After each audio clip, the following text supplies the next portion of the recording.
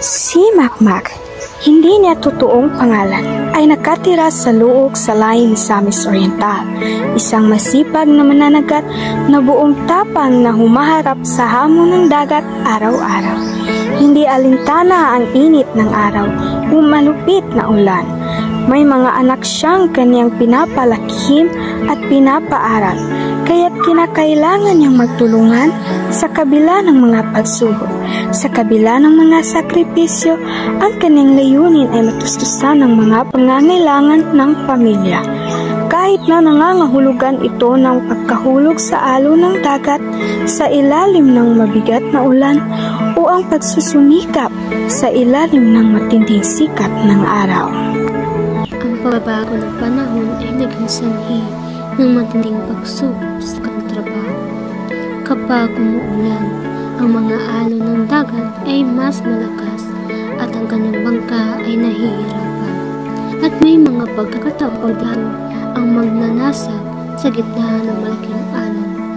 Ngunit kahit ganito, hindi siya sumuko. Sa bawat araw na dumaan, pinilit niyang makahanap ng isda at makatulong sa kanyang mga kababayan sa pangingisda.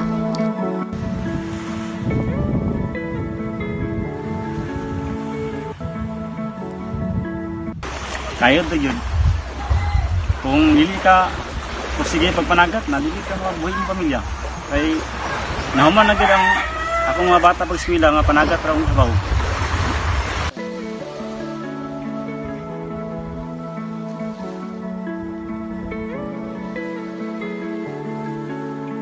Sacrifice bali ba? Alisod ng gabi may managat.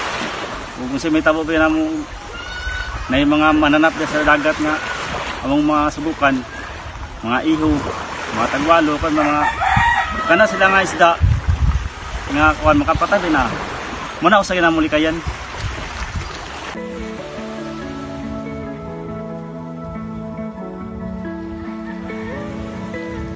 Kasi hindi kami nagkatapos ng pag-aaral eh. Munang panagat lagi ng trabaho. Kay hindi namin makatrabaho kay elementary rin yung taman. Munang di lagi taman panagat lagi mong sa mo lang karon. Sa mga bata lang na mo i-focus sa ilang pag-aaral. Kay kami di ra magmitaman na ang bata sa kaning hindi na mo iawat sa ila sa amo nga mura among trabaho.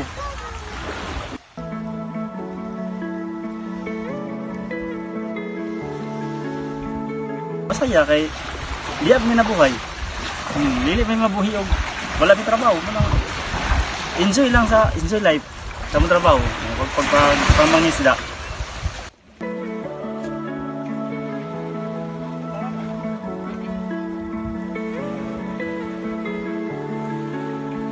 Oh, meron. Yung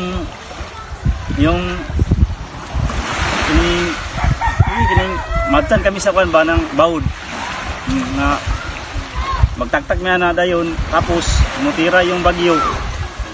Mun hindi malita nga hapit na mi malunod pag dira sa pukot nga brag usog yung unos.